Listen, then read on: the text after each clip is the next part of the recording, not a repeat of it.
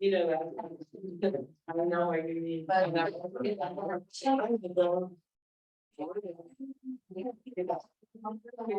Oh, okay. Careful here. Yeah. Yeah.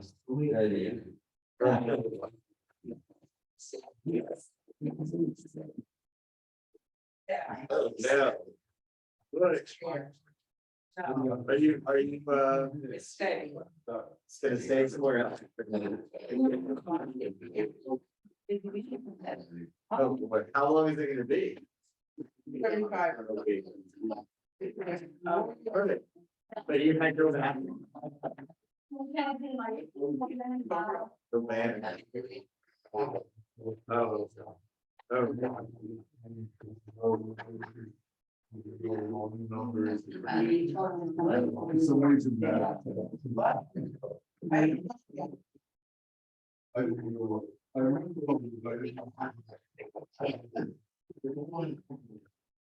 I don't tell you. Oh, my God.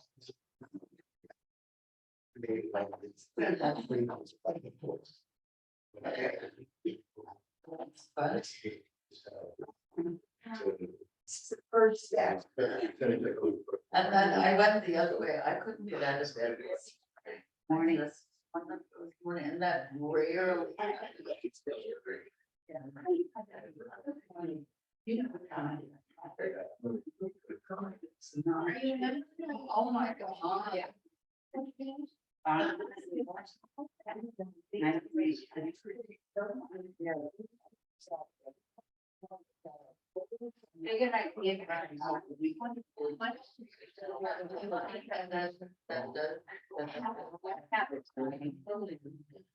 So I have to run work on you. Yeah.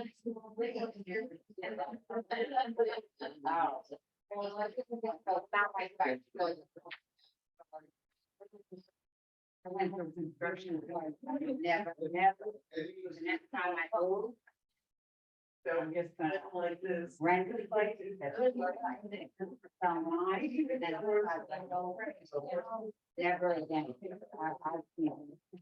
But, oh. And I was like,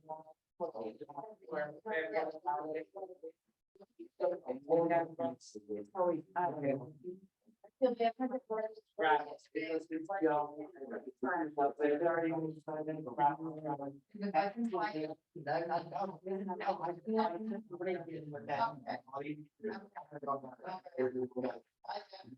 Okay, good.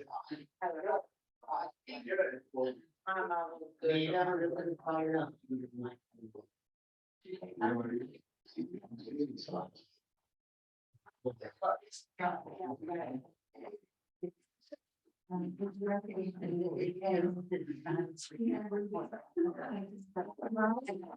Yeah. Yeah.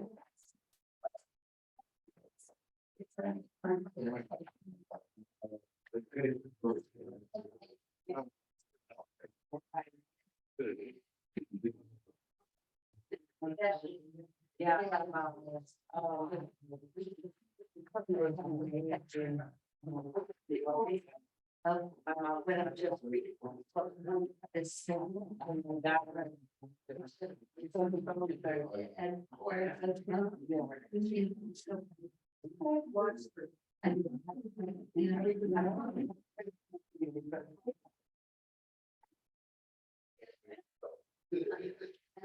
Hey, getting.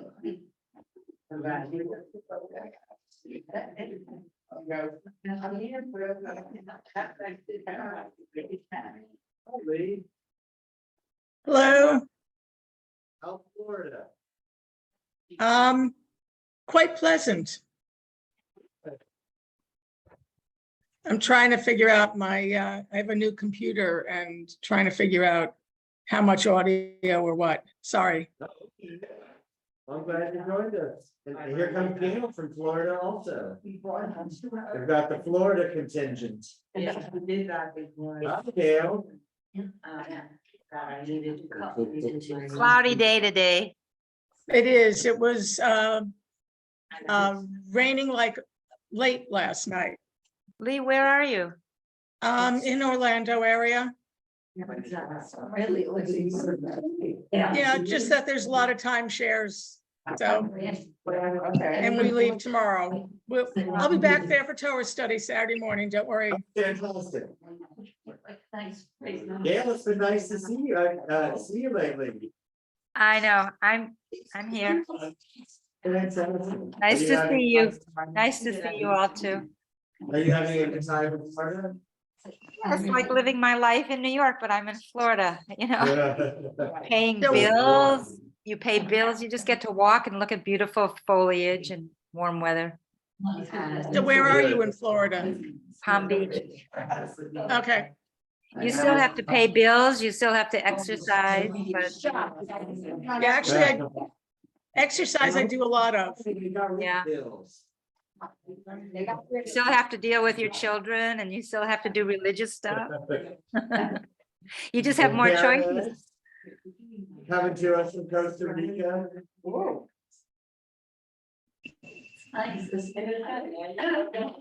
right, everybody. Both your toe, it's 9:15, so we're gonna go ahead and get started. All right, everybody. Good morning. Let's go ahead and get started. Let's begin with our blessing for study. Baruch atah Adonai Elohim melech haolam asher titanu b'mitzvotav v'tzivanu la'asot b'divrei Torah. Okay. Bobby Silvers, good morning. And then coming in. All right. So first of all, thank you all for being here last week when we had Megan here. I hope you enjoyed her session. And we'll have updates for you about our search, hopefully pretty soon. And so your presence here to be part of that was really important, and I appreciate it. All right, so we're gonna go back to where we left off a couple weeks ago when I was teaching. So we are still with the Talit. We've been on Talit for a while, but we're digging into some deep stuff with the Talit. So we're going to go back to our friend Rabbi Moshe Feinstein. So let's see, what do you remember about him? We started reading his responsum a couple weeks ago. What do you remember about him? He's not a feminist. He's not a feminist. That is definitely true. That is definitely true. Yeah, Linda. Okay. Yeah, he does make that point in his responsum that the Torah was given at Sinai, and that the Torah is the Torah, and you can't change it. Even if the surrounding culture changes.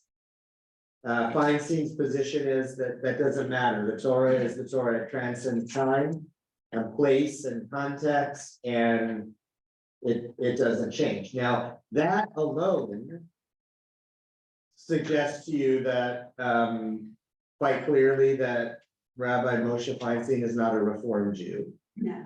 Okay, right? He is a Haredi rabbi, and a very important one. And so reading his writings is important for us because it helps gives us a sense of the diversity of how of thought within the Jewish world, and he's a major influence on American Orthodoxy. So he's dealing with the question of women wearing a talit, which is our topic here as we're studying in the liturgy, the blessing of talit. And starting to read his response, and we saw how he builds on, he kind of jumps off the question of women wearing a talit to give a disquisition about gender, the gender roles in society and so forth. So we're going to pick up with where we left off with him. And remember, we're not studying Feinstein in order to agree with him. Because I don't think that, he doesn't speak to our progressive and reform ways of thinking about gender. But we're studying him to learn about important perspectives in the Jewish world.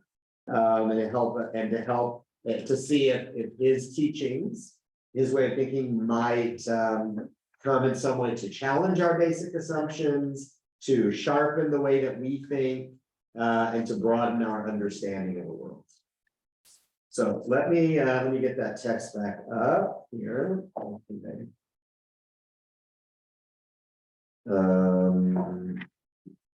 Here we go. So he's introduced this this concept in the halakha of positive time-bound mitzvot. We talked about that last time. There's a certain subset of the mitzvot, which are positive, meaning they are thou shalts, as opposed to thou shalt nots, because those are negative mitzvot. Positive thou shalts, which are time-bound, meaning mitzvot which have to be performed at a particular time. Okay, as opposed to something that's general, like honor your parents. Honor your parents is a positive mitzvah, and it's you shall honor your parents, but it's not bound by time. It just applies all the time. Whereas the mitzvah of wearing a talit, we've learned, is time bound, right? Because we studied in the Talmud that you only wear the fringes in prayer at a certain time, and that's in the morning. And does anybody remember why now? What did we learn in the Talmud about why the fringes in the morning and not at night?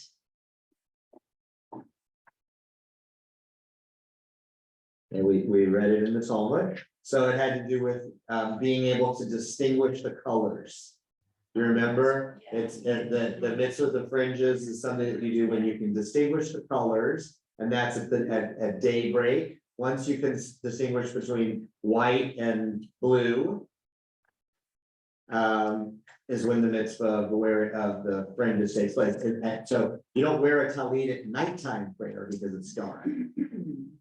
Okay, so the fringes, the mitzvah of the talit is a time-bound mitzvah. So Feinstein tells us here the Torah exempts women from positive time-bound mitzvot. Under the traditional halakha, women are not required to perform positive time-bound mitzvot because, why? Because they have other responsibilities. No, this isn't the traditional structured gender roles. But for Feinstein, he's going on and saying that to make the argument that not only is it an exemption, meaning you don't have to do it, but it's actually a prohibition. You can't do it. Because for him, as he's outlining this issue, remember that he's writing in the early 1970s, and he's responding to the feminist movement within Orthodoxy. Feminist Orthodox women who are taking on mitzvot because they want to enhance their own spiritual practice, and they want to do mitzvot. They're exempt by the halakha. But as they understand it, exempt doesn't mean forbidden, it just means you don't have to, but you can if you want. So they're taking this on, but Feinstein pushes against that and says that their movement to expand women's practice of mitzvot and of ritual, like wearing a talit, is symbolic of a push to break down traditional gender roles, to break down the structure of family life and the structure of the community. Okay, so that's where we kind of left off with him. All right, so he says here, let's just pick up when his kind of discussion specifically about gender roles. He says, ordinary women in the world are not wealthy, and they bear the responsibility of raising their children. This work is more important to God and to the Torah than obligating women to do the mitzvot in question. Meaning if there's a choice here, why is the Torah exempt? So that the women can do other things and not because the other things are menial, but because as he's describing it anyway, the other things that the women are asked to do is more important than the mitzvah in question. So that the way he's framing is saying women are not supposed to wear a talit, not because they're inferior, they can't, we don't want them to participate in the community at the equal with men, but because they have work that's more important to God at that time. Okay? All right, so he says, God created the natural order of the world, such that in every species of living things, and we know that this isn't true, but in his mind it is. In every species of living things, the females raise the offspring. The human species is not meant to depart from this rule. It is also the nature of women to be more capable than men of raising the children. That may be true. His view anyway. It is for this reason that the halakha is lenient in not obligating them to study Torah or to do positive time-bound mitzvot. Now notice how he puts this here. He describes the exemption of the mitzvot as leniency. Okay, in our frame, in the progressive, gender egalitarian frame, which is core value for us, and I don't want to understate that. In this community, as a Reformed community, holds gender egalitarianism as a core value. It defines who we are, but that is not the case in Feinstein's world.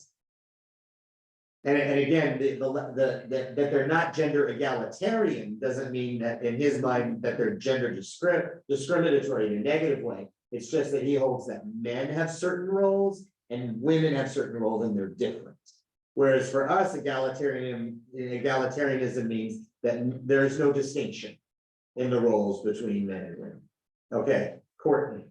I think that the utilization of the word leniency is quite interesting because that has been the judicial system. And if you're releasing, if men are looking at women as releasing that kind of adherence of obeying the Jewish law, okay, they're given leniency to make court dictate their decision. Okay, I'm not sure I understand. Can you say a little more? Basically, the leniency. Yeah, And there, he said, at least when you don't have the responsibility. right. For leniency. Yeah, It should, or, supported. yeah. So it becomes like an order, like a court order. It is, yeah, this is halakha is Jewish law. So, and so for Feinstein and his community, halakha is binding on the people. I mean, they're obligated to follow the law. He is a halakhic authority, meaning he makes legal decisions for his community. And he's saying here that the halakha is lenient, meaning halakha obligates men to do this. And this is as a meta issue. The wearing a talit specifically and following mitzvot and Jewish law generally, if for Feinstein's community, isn't something you do because you find it meaningful or it seems like something that would enhance your life. You do it because you are obligated to do it by the Torah. Okay, so that's the starting point. The Torah says you have to do this, but then the halakha is lenient on women, saying women don't have to because they have something more important to do at this time. So it would be wrong and unfair to obligate them to do something that would take them away from their sacred work. Okay, so Vicky and then Nina. If you think about it within the context of what a Haredi woman, Speak up, please. a Yeah, Haredi woman's role was, or still is in many cases, they usually have a minimum of 10 children and become grandparents or grandmother very quickly, and then they have another, God knows how many grandchildren, God bless them. And for the most part, that society is really poor. They don't have very much money, so it's not like they could hire maids to do the work. And often they're supporting their husbands who are studying Torah Talmud all day. So where they have the time to go to services and everything else. So Yeah. it's kind of, taking them off the hook. Well, that's exactly right.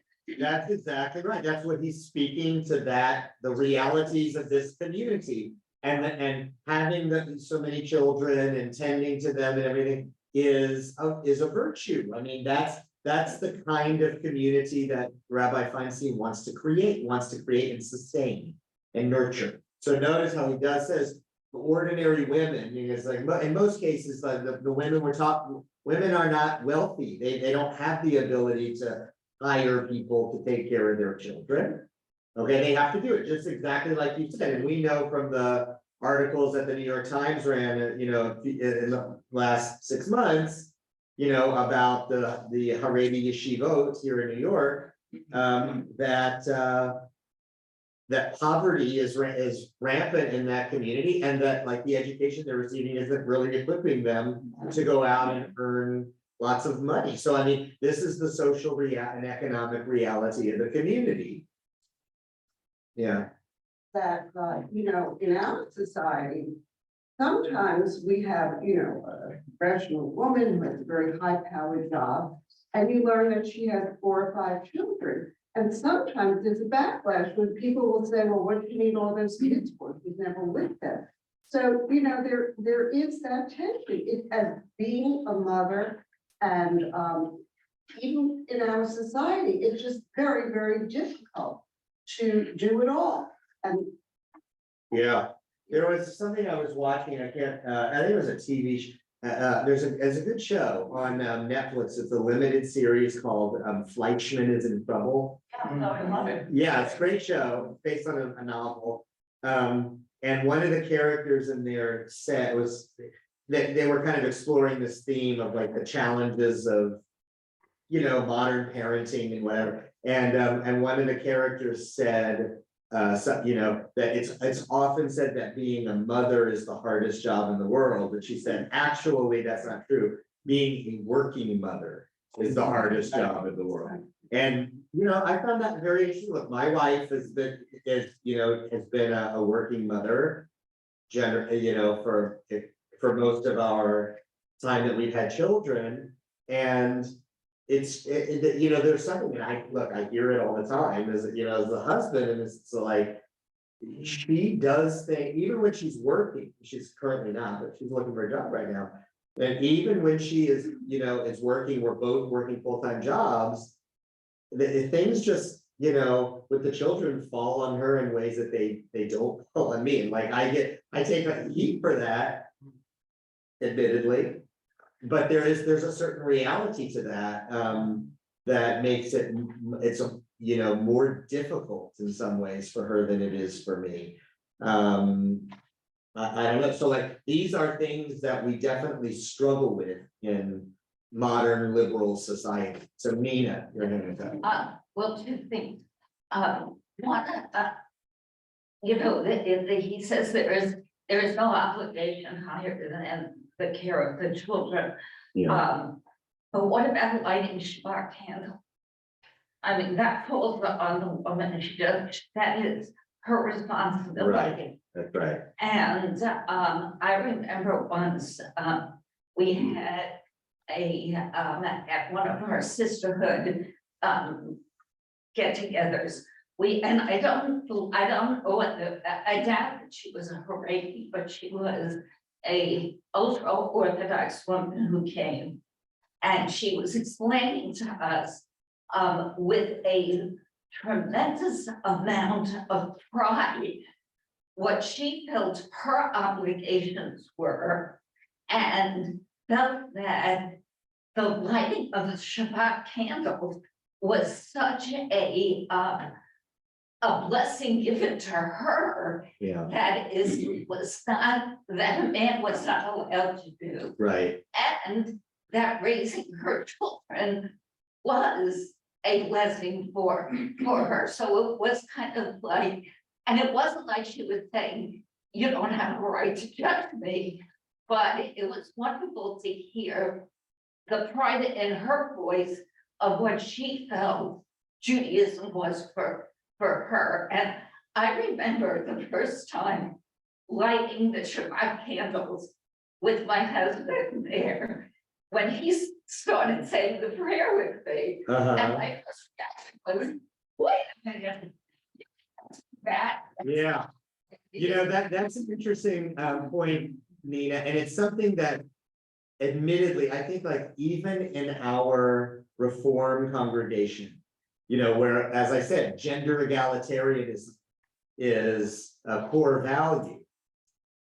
I think that there is a certain, I don't know, like, there's a certain, is it like awkwardness, or I don't know exactly what it is, about inviting men to light the Shabbat candles at the beginning of service. Like, we do it, but I think people feel a little weird about it. Even though we are gender egalitarian, and because gender egalitarianism is a core value, it shouldn't be an issue. Just like women will put on a talit, a man should be able to light Shabbat candles, and it shouldn't be an issue, however it is. But let me highlight, I realize I don't have my Hebrew font on this. So anyway, there's there are 3 mitzvot in the halacha that are designated specifically for women and not for men. Okay, and they go under the acronym Chana. Okay, Chana is the the Chana in the Torah, Chana. So the Chana, Het Nun Hey, is how you remember them. Het is Challah. Okay, so preparing the Challah. Nun is Nida. That's the corpus of mitzvot surrounding the menstrual cycle, family purity. And Hey is Hadlakat Nerot, the lighting of the Shabbat candles. Those 3 mitzvot are they are positive time-bound mitzvot, but they are designated specifically for women to do. So you're right, Nina, in pointing out that like the Chabad women specifically. And it's always like the Rebbitzin, the wife of the Chabad rabbi, is like an evangelist for lighting Shabbat candles. That's their thing. They go out in the world, they talk to women about how important it is to light Shabbat candles. That in that communal framework, it is a highly cherished mitzvah for the reason you say. It's because women are typically exempt from positive time-bound mitzvah, but this is one that is like specifically given to us as women to do, and it's a super sacred. Okay, was there another hand over here? Yeah. Bonnie. Yeah, I was just gonna say, I think. This is the first time I'm here, so bear with me, but. When people have so many children, the older children start taking care of the youngest. Now I remember when I got out of college and I worked in the city, I would sit on a train with mothers that made the decision that it was easier to work a 9-to-5 job than to be at home with their kids all day. Granted, when they get home, they first had to deal with the children. But when they were away in a 9-to-5 job, I mean, that was it, they were working. So, I don't know, I think it's a choice. I mean, my days are full because my daughter has 4 kids and I'm there like almost every day, and it's my pleasure. I mean, even if you have, some people, even if they have help in the house, and then they're able to have a family member or a relative there. I mean, that's the icing on the cake. There's nothing like family. I mean, I had full-time help, but I wouldn't let her near my kids. I mean, she cleaned the house. My grandmother was there every day. I was very lucky. So. Okay, thank you, Bonnie. Susan. I have 2 thoughts.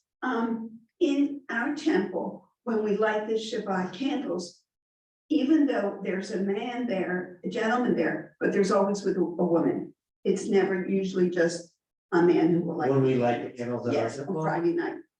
Right. Not never, but That's my main thought. I mean, Yeah. my main thought is, this is a feminist view and it could be an anti-feminist view. Abigail Adams wrote wonderful essays about how important it was or is for women to be educated and raise their children. But then she said it was important to be educated and worldly to raise sons. So it was a feminist view about being educated, but then the negative part was she used the words to raise leaders, sons, and she raised her son who was president. Yeah. Courtney? Also, like you said, Susan, I think that the role, just have this is cast in jest, right, during services, the women, they combine the children, so again, they're playing that external role. And then also, I think it really comes from the person. Like for just for example, my mom, she's always been a doctor, she's a friend. And during those years, before just right on home, making sure that we get her A's and she would make sure that get up and do her, to work. And then because of Italian yoga, so we come home, it's like, but as we got older, there was a lot of hope and more. Yeah.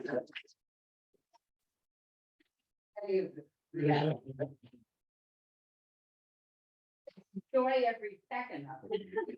Good thing. I mean, you'll hear it. And then Believe me. yeah, then, back at home, pandemic and so forth, like, I make those tables set, so that I don't have children, just be like a homemaker, it's just instinctual. Okay, all right. Yeah, so Feinstein is pointing to that. Look, in his view, and it's something that, again, in progressive society, I mean, you will be canceled for saying this kind of stuff, right? But Feinstein is saying that there are inherent natural differences between men and women. God created the world that way, and that the Torah gives expression to that natural order. And it's our responsibility to uphold that natural order, irrespective of the changes in secular culture. Okay, Howard? Two things. One, a little Temple Beth-El history.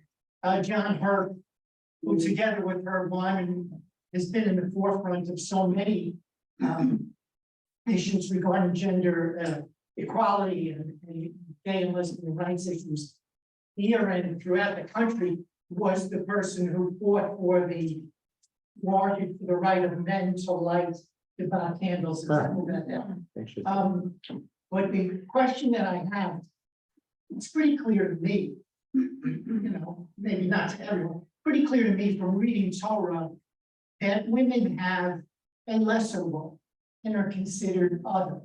And that Feinstein, my question is, when did this idea that, well, women are exempted from certain things because they're equal to or maybe even superior to men, they have more important, when did that come about? That's a good question. I think it comes about in the modern period, kind of in the in modernity. I mean, 20th century probably. It's apologetics. I mean, it's right. It's like a way you find it a lot in modern, not only in Feinstein here, but in modern Orthodox writings too. That that make the argument. We don't see women as inferior. We actually see them as superior. Another argument that is made frequently in respect to the mitzvot issue and women's exemption is that women are more highly exist at a higher spiritual level than men do. That's why God gave men more mitzvot than women, because men need to be refined spiritually more than women do. Again, it's apologetics. I think, like, you're right, Howard, in the Torah, in the medieval literature and everything. I mean, there's no question that women play a secondary role, and that men are given power and more superiority. And I think this is apologetics to make orthodoxy kind of more palatable in the modern age. They are responding to modernity in that way. All right, so I'm gonna read a little more, and then we'll take more comments. All right, so there he goes on, therefore, even if the social order in the world were to change for all of it, as well as for wealthy women at a given time, that is a historical context, even when it's possible to transfer the responsibility of raising the children to other people, and it is in our time, like people do in our country, he's in America, the law of the Torah does not change, nor does the law of the sages, all right? So Torah is a constant amidst a changing culture. There are changing norms around us. There's feminism, there's whatever there is, he said, it's all, as far as he's concerned, it's irrelevant. The Torah is the Torah, it's constant and unchanged.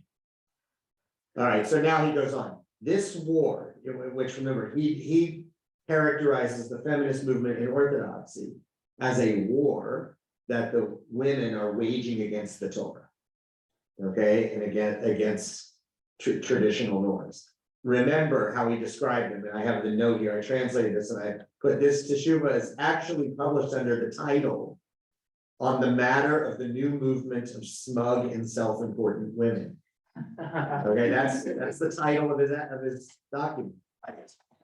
Yeah, right, so it's, I mean, so that's how he sees it. So he says this war that they're waging, this war is of no benefit because there is no power to change Torah law, even with the agreement of the whole world. Okay, again, this goes beyond the question of gender. This is an assertion of religion and traditional norms over against the realities of changing society. And that's the battle. This is when you read Moshe Feinstein's responsa, and he has many of them. In some way, shape, or form, this is a running theme for him. Not surprising. Okay, the constancy of the Torah as a stronger, more powerful force than secular society and its changing cultural norms. And he does this from a place, someone had pointed out, more from a place of fear.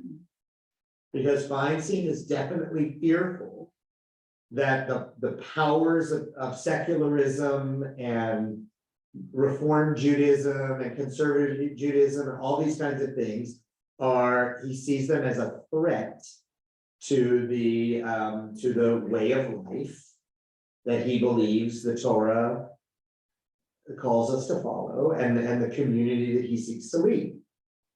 Okay, so he is always pushing against this. Let's keep going a little more. We'll take more comments. All right.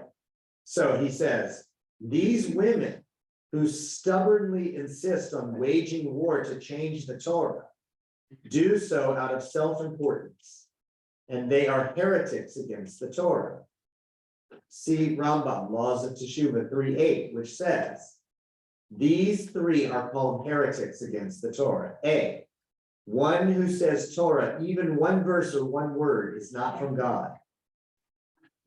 B, one who denies the Torah's interpretation, the oral law, or disputes the authority of its spokesman, of which he is one. C, one who says that though the Torah came from God, the Creator has replaced one mitzvah with another one and nullified the Torah that we have. Okay, all the more so when one says human beings have the authority to change a mitzvah of the Torah, that human being is a heretic. For in saying so, such a person says that the Torah is not eternal. And in so doing, that person denies countless teachings of our tradition. Okay, so let's to study Feinstein, it's best, not to kind of judge him from our perspective, but to try to understand it internally. What is he saying here about the feminist the feminist movement within Orthodoxy and its relationship to Torah and to God. That you follow it and you're a woman, that you're a heretic. That you're it's wrong What's wrong? to follow, to follow the rules of it putting the tummy into. Okay. Yeah, so what are they doing? Why is it wrong? It's wrong because this is not their role in life. It's not their role, and more so, what else are they doing? They're changing the Torah, they're changing the Torah, and they're doing it on what authority? On their own. Okay, and that's the key issue here. Feinstein is saying that the feminist women who are doing this are substituting their own authority for God's authority. And that to him is the ultimate act of hubris. Their own agenda. It's their own agenda, but he says that God sets out the Torah and establishes a power structure, which of course we critique it from our external perspective. And I think, rightly, that the power structure is patriarchal. It exists with men. Feinstein is part of the power structure, to be sure. The sages, everything that he points to, but in his mind, there is a divinely ordained power structure as to who gets to interpret the Torah and how decisions are made. And that the feminist women are subverting that power structure by substituting their own opinions and their own authority for God's authority. And that's heresy, because it's saying my authority, my opinion is more important than God's opinion. Okay, so Vicky, go ahead. In a different context. Can you speak up? In a very different context. I don't see it so much, I don't see it, particularly as a feminist issue. At that point, in history, it was a feminist issue, but if you go back years ago, when the reform movement first occurred in Europe, I believe it began in Germany, was that it? Yeah. So that was a rebellion, and it wasn't, this is not, there's always going to be rebellion. Yeah. Luther, look what he did. I mean, look how he changed. Yeah.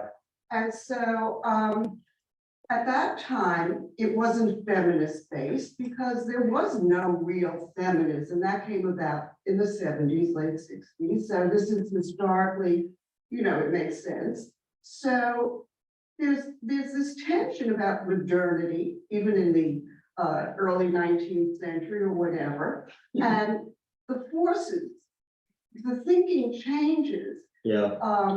And so the reform movement, and truthfully, I understood how there was such, that the traditionalists were so appalled by it because the reformists wanted everything changed. The idea that the Torah did not come from God, that it was not God's word, and that we thought of it more as literature.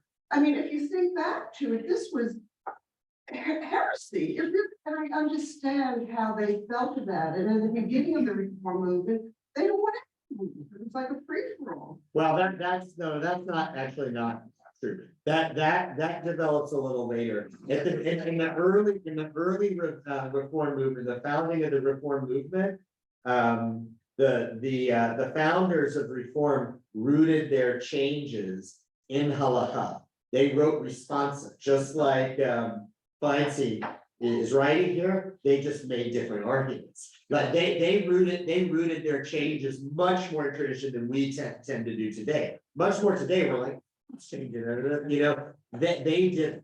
Now, your point here, Vicky, is really important insofar as he's writing this about feminists. However, this is the same argument in essence that he also makes against Reform Judaism. Exactly.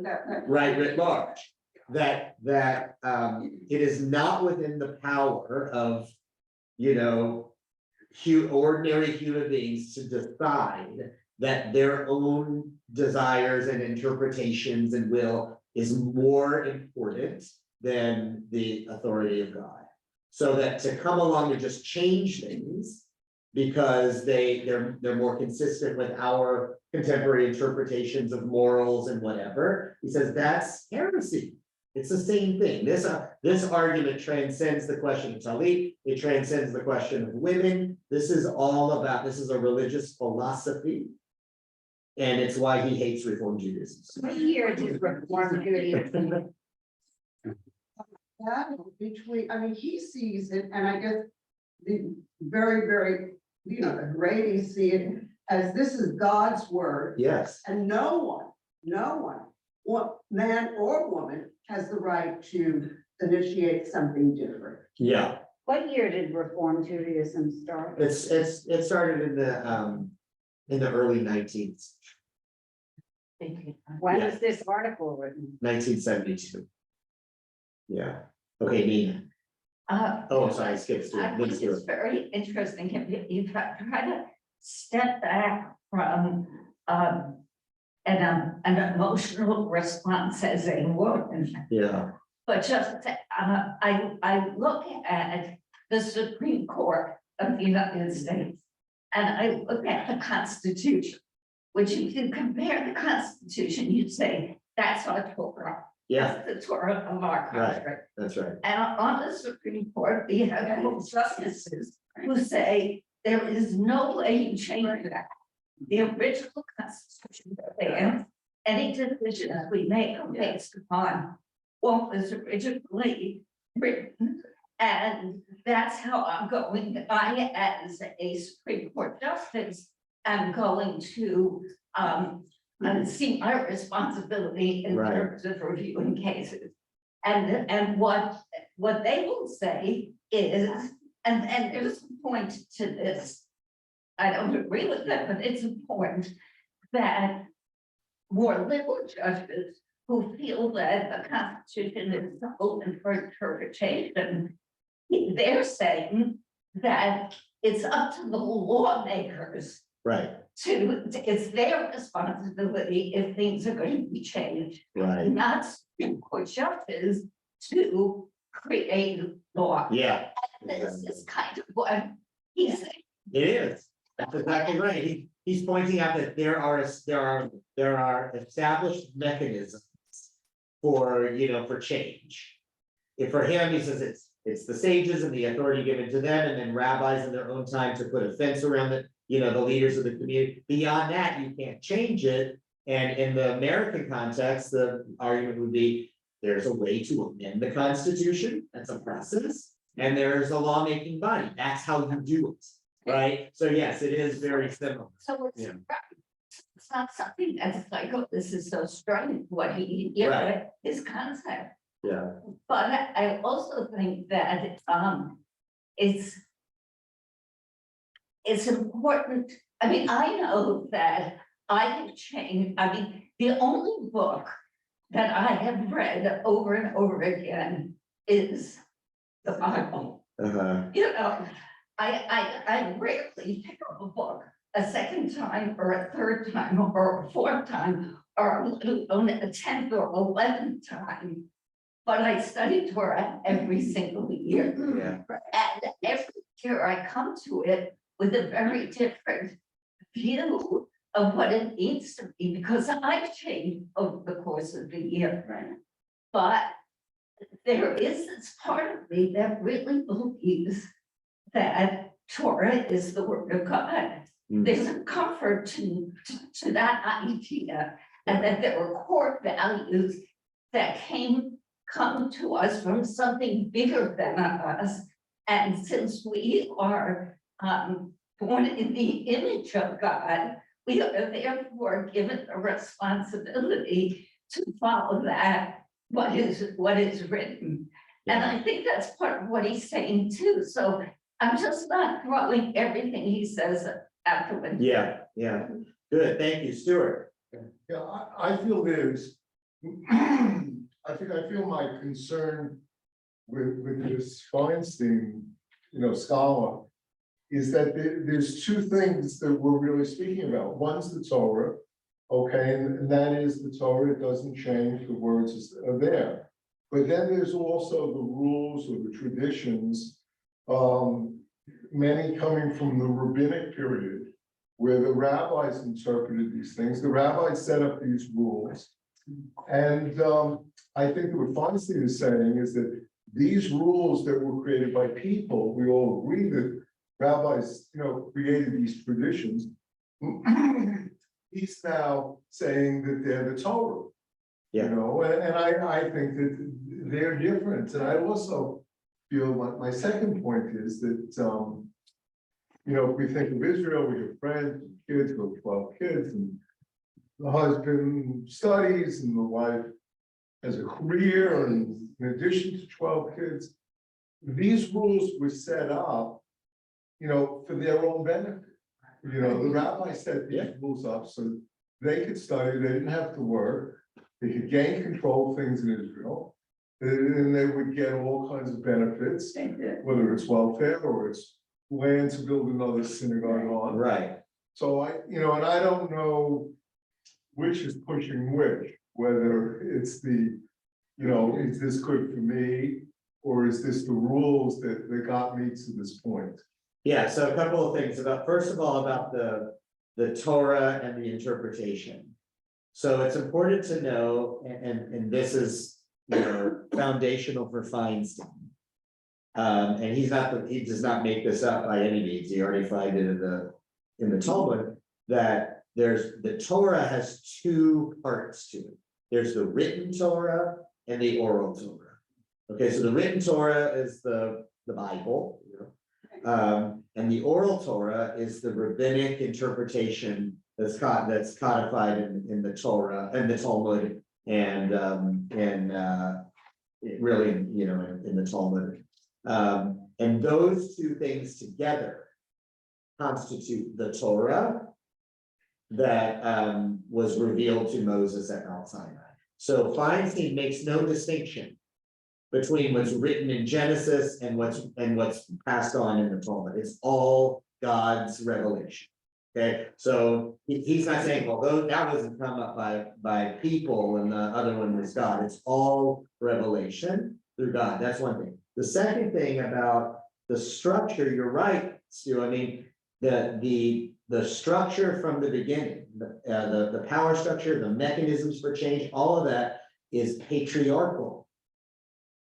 And it's a power system, it's a system that empowers certain men to make these decisions. That's why, now Feinstein says the only way change can come is through the established mechanisms. But the feminist critique in orthodoxy, or one feminist critique anyway, is that that's precisely why it can never change from an internal standpoint, because it's the men who possess the power. And they have stakes in it, and they have interests in all this, so that where Feinstein says change it through the internal mechanism, implicitly he says that, others would say it will never change. The only way to change it is from the outside, is to break the power structure. Okay, so that's an interesting sociological question. About how does change happen, and not only in Orthodox Judaism, but anywhere in secular society. How does change happen? Can change happen? Can substantive kind of radical change happen within an established system, or does it require an external force that kind of breaking the power system? That, by the way, just as to add this, I think is something that we have gone through in American society and lots of times, and is happening at this particular moment. In American society, of like the anti-establishment feeling that's pervaded kind of politics in the last few cycles. That there are many people in this country that feel like the system is broken, and you cannot change it cannot be changed by the quote unquote establishment. Why? Because they're invested in the current system. They're products of it. The only way to change it is by breaking it from the outside. Thus the Trump phenomenon.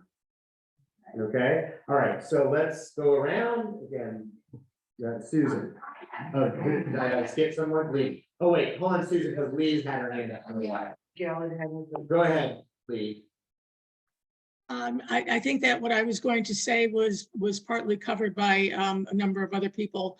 But actually, on your how to change structure, I think if you take civil rights and LGBT rights, I'd say to work best, it needs to be a collaboration of both inside and outside. If you have those on the inside who realize what we've been doing is wrong, yes, the African Americans way back, the Negroes at that point, you know, we need to own up to this, and it needed to be a collaboration to really bring civil rights to make it actually work and move forward. So if you don't in Orthodox and beyond Orthodox to Haredi, you know, if you only have the women saying this system isn't going to work, but there's no men who say, yeah, you know, maybe we haven't looked at this the right way, then you're not, it's not going to move forward. Yeah, I think that's a good insight, Lee. Gail, you wanted to say something? No, I think you addressed it when you talked about the oral Torah and the rabbis. Oh. You know, there's a lot of orthodoxy that isn't just Orthodox. Within Orthodoxy, there's so many different shifts and changes and interpretations within that, you know. Yeah. Over the years, the Chabad itself was a reform, you know. Totally, and that's important. It's something that Feinstein himself does not acknowledge, and as far as he's concerned, it doesn't exist. But an academic study of Feinstein's own writings and orthodoxy generally, I mean, it's impossible to argue that there hasn't been change. There's always change happening. Okay, but you know, it's a question of how, I guess, how you characterize it and whatnot. That's definitely a good point. Gail. All right, let's go around, take a few more comments, and then I want to finish up this response. Comments, but Let's do one. I'll talk fast. First, Feinstein used the word patriarchal, but He doesn't. I think it's also patriarchal, the way he views women as having the wonderful power of raising children, and this is a higher power to him. Okay, the second thing is, I don't know which go first, I'll go to this one. Many years ago at Temple Beth-El, there was a course given by a woman who was a professor at Oberlin. She wasn't Jewish, but she was a scholar, a Judaic scholar, religious scholar. And she explained how, through artifacts, how the Torah was written by man. And she went into how the Babylonian, when the Israelites came to Babylonia, and how they wrote the Torah, which was fascinating. It would be wonderful to have that back. It was done on a screen. It was done, but it was amazing. The third thing is, I have this unusual hobby. In the morning, I follow this woman, Pearl, from the Sackmar community in Williamsburg, and her friends. And these women are very happy. They're very comfortable with their role. You know, they're very comfortable and very content. It might be, you know, it's I not. mean, we have to be careful of saying that too. I mean, like that, there's a lot of complexity with that, you know, like the in the period of American slavery, you know, the Yes. people say like, the slaves are so happy with their condition and they have. No, I know, and you listen to them, but like, Talking, and they- like, sometimes they don't know what you're doing. All right, let Howard, your hand in there. Oh, Martha, sorry. Go ahead, Martha. Go ahead, Martha. All right, well, go for it. Well done. It happened. It's All right, well, I'm just trying to get through, all right. Howard, maybe Martha, you'll come back. Two things, going back to Nina's analogy to the Constitution. One of the ways that those entrenched in power manage to perpetuate that power is by giving a name to or creating a whole philosophy around keeping the old way. In the case of the Supreme Court, much as we may not have liked what he did, Antonin Scalia, with this, you know, I mean, we have this term originalism. When I was in law school in the early 1970s, that I never heard that word once in years. So, you know, when you, and conveniently that came along in order to, in my view, to protect certain political interests and certain values that I don't care about. Okay. The other thing is on the issue of women and reform. Let's remember that female rabbis are something that happened in our lifetime. My cousin Judith Plaskow, in a footnote in one of her books, describes how he devoted an entire Yom Kippur trying to forgive her childhood rabbi from down the block from where I lived and who I knew, for telling her that a woman couldn't become a rabbi. And she decided that she would spend an entire Yom Kippur trying to. Wow. to deal with that. And even now with the so-called equality, men still occupy nearly all of the prestigious pulpits. The male rabbis make more money, so we're not there there yet. For sure. Now, hold on, Martha, you want to go? No, okay, all right, so let's finish this up because we only have a few minutes left. I'd like to get this done. It's All right. me, it's not about you, Elaine. Okay, hey, all right, guys. We can argue. Well, we can argue about someone. Faces like Elaine. Okay, If you all want to right. talk to me afterwards, okay. Okay, guys, chill. Sure, we're talking about someone. All right, so let's look at and finish this up. Secondly, one needs to know that this is not because women are at a lower level of holiness than men. And he gives many scriptural citations to support that. In every case, we find that the matter of the holiness of Israel is said also in regard to women.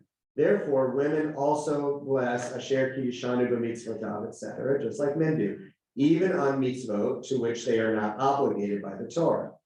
It is rather for the reasons discussed above that God wanted to be lenient with women in respect to positive time-bound mitzvot and not, God forbid, to diminish them. The obligations between a man and his wife are obligations of honor of a husband toward his wife and of a wife toward her husband without any distinction. Furthermore, there are many women who were prophets and who had all the same prophetic attributes as the male prophets did. And in many cases, scripture and rabbinic literature praise the women more so than the men. There is no disrespecting the honor of women and exempting them from studying Torah or doing positive time on mitzvot. We only insist that we do not change anything of the sacred customs of Israel. So that's his like kind of, you know, apologetic at the end. And look, I'm not trying to say that women are inferior. This is just how he sees it. All right, so that's the end. We have 2 minutes for comments. And then next time, what we're going to do is look at a response from the reform movement on the same question of women and the time. All right, so Courtney, go ahead. I have a question for you. Provided that you have that you were in politics, you see, as like it's almost like in politics, much like in the politicians do, you get people like, oh, all right, well, you know, like, oh, we'll deal with that, we'll address it. But it's not taking precedent, it has to appeal to everyone's society, so for me, a top hierarchy. Is it apologetic? I mean, yeah, so, look, responsa leaves legal writings, just like, they are, pieces of rhetoric, you know, persuasive writing. Which, you know, the aim of which is to, kind of create the community that the writer envisions. And so he's telling his community, and it's important, I pointed this out before last time, that Feinstein is not writing this for us. Okay, we're reading it because it's published and we can, you know, but he didn't write this for us, and he couldn't care less what we think about it. He's writing this for his community. Okay, so he's speaking to them and saying, this is what the Torah requires of us. He's pushing against a movement that he feels is a threat to the Torah as he understands it.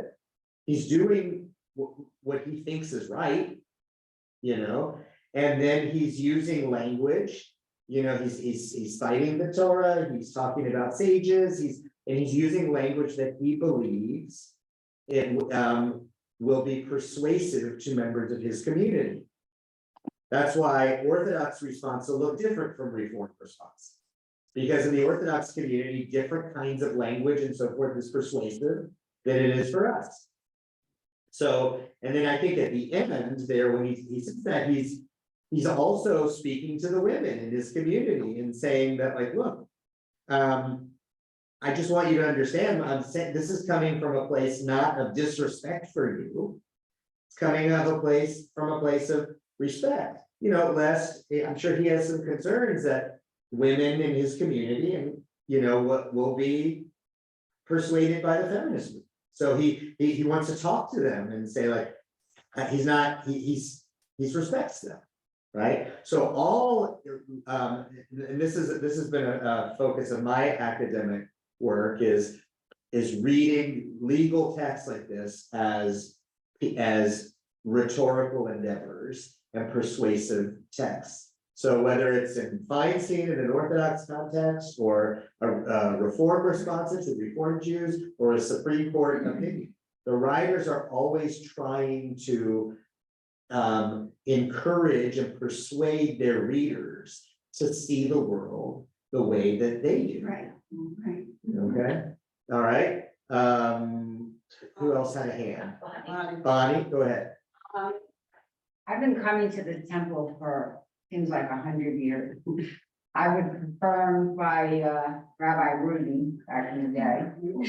And anyway, the point I want to make is when we had a female rabbi and my kids were very young and we came, my husband at the time, to Rosh Hashanah services. I mean, my kids were probably like 7 and 9. And her sermon was about conceiving and being pregnant. And you know what? Stood up, walked out with my kids. You know what? I guess it was just too much information at that time for my kids.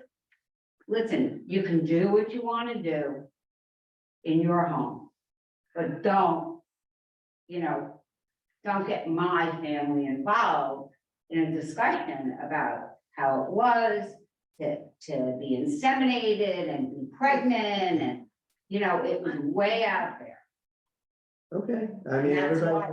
what, you know. So what is that pointing to? The point is, as far as female rabbis, it kind of turned me off at the time. You mean it would be like the topic of discussion was too intimate? Sorry. Nina? I think that, an expectation, that at least that I have of, of the rabbi, when it comes to, services on Friday night and the sermon. No matter what the sermon is about, there is always some way in which the rabbi brings it back to Torah. And you know, and these are Reform rabbis. In other words, it's not just about what the rabbi wants to teach us based upon his view of, or her view of what is morally right or not. But it's what Torah teaches us about what it is to be Jewish, and there's always that foundation of law. Yeah. And I really think that, you know, it kind of goes back to what Feinstein is saying, that the Torah is the Torah. Now, his thought of the Torah is the Torah, maybe a little, maybe not the way I view it, but we are in some way saying Torah is Torah. Yeah, Because we always come back to it.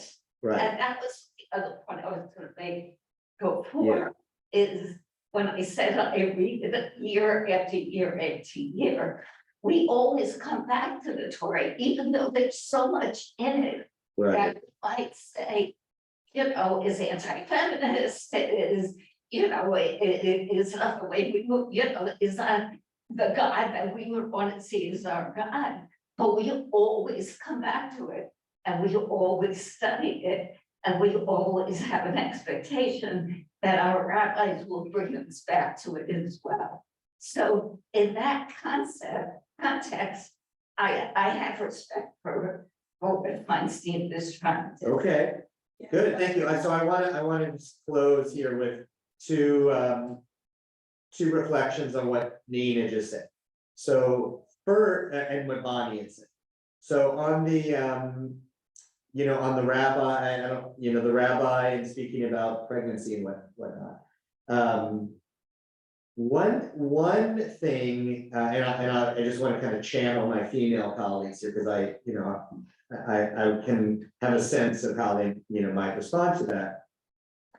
One, I think an important enterprise of feminism in respect to Judaism and specific and definitely within the Reform context, but generally too.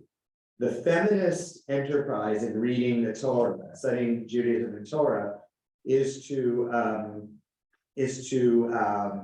bring out the voices of women and the experiences of women that are buried or silenced in the traditional text, because the traditional texts are patriarchal. They're produced by men, they reflect the experiences of men, and the women are silent, are very silent, you know. And so a rabbi who would be speaking about that, I think would say that this is important Torah here. You know, it's not something that you're used to hearing from rabbis. It's not something that you're used to reading about in Torah texts, but that's only because the men who wrote those texts didn't give voice to these experiences. They didn't have them, and they weren't interested in sharing the voices of women. Talk about his wife's pregnancy. I don't know, I'm just saying that I think like that a rabbi who speaks about that is doing so in an effort to bring the voices and experiences of women into the Jewish. That's probably right. That would mark a big change from what, you know, we're accustomed to hearing before. Yeah, so that's one thing I wanted to say.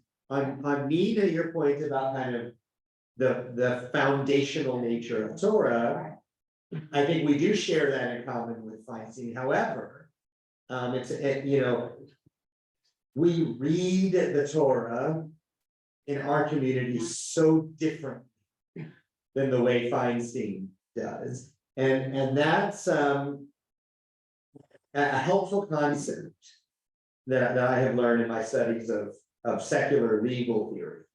A concept introduced by a scholar named Stanley Fish, what he calls the concept of an interpretive community. So all of us, wherever we live, whatever we do, we are all part of various interpretive communities. The community of Beth-El and the Reform Jewish community is an interpretive community. An interpretive community is a community of people that share certain basic assumptions about how to read text, certain basic assumptions about core values, basic assumptions about experiences, how we experience the world that aren't even necessarily articulate, but they're foundational to all, they're shared amongst all of us. And because we share those foundational assumptions, that creates a certain kind of scope of how we read the text that we consider to be legitimate, valid readings of the text. Okay, so there's boundaries established by the interpretive community that like we will all find, yeah, that's a good reading of the text, or that is not a good reading. And those boundaries are defined by the interpretive community. So Feinstein is part of a different interpretive community than we are. Okay, and when we understand that, we'll see that like his core assumptions are just different. So his readings and the people in his community, they will naturally read the text differently than we do. They will regard our readings of the text as illegitimate and crazy, and we will regard their readings of the text as illegitimate and crazy. We're talking about the same text, right? But because of the nature of an interpretive community, we read totally differently. And the thing I think about pluralism, that's so important in pluralism in Judaism, is to see that within Judaism, there are so many different interpretive communities that have different foundational assumptions, that what you're going to get out of those communities is something entirely different. And we can say in Reform Judaism, the practices, the customs, the values and so forth that we draw out of Torah is the product of our interpretive community, and that's the Reform way, and that the Orthodoxy is the product of their interpretive community, and any effort to say like this is the right way or this is the wrong way is a fallacy, because it's all a product of how you read. And Stanley Fish, in talking about the interpretive community, describes the act of interpreting within the community, he calls it doing what comes naturally. Okay, in other words, we don't even think about it.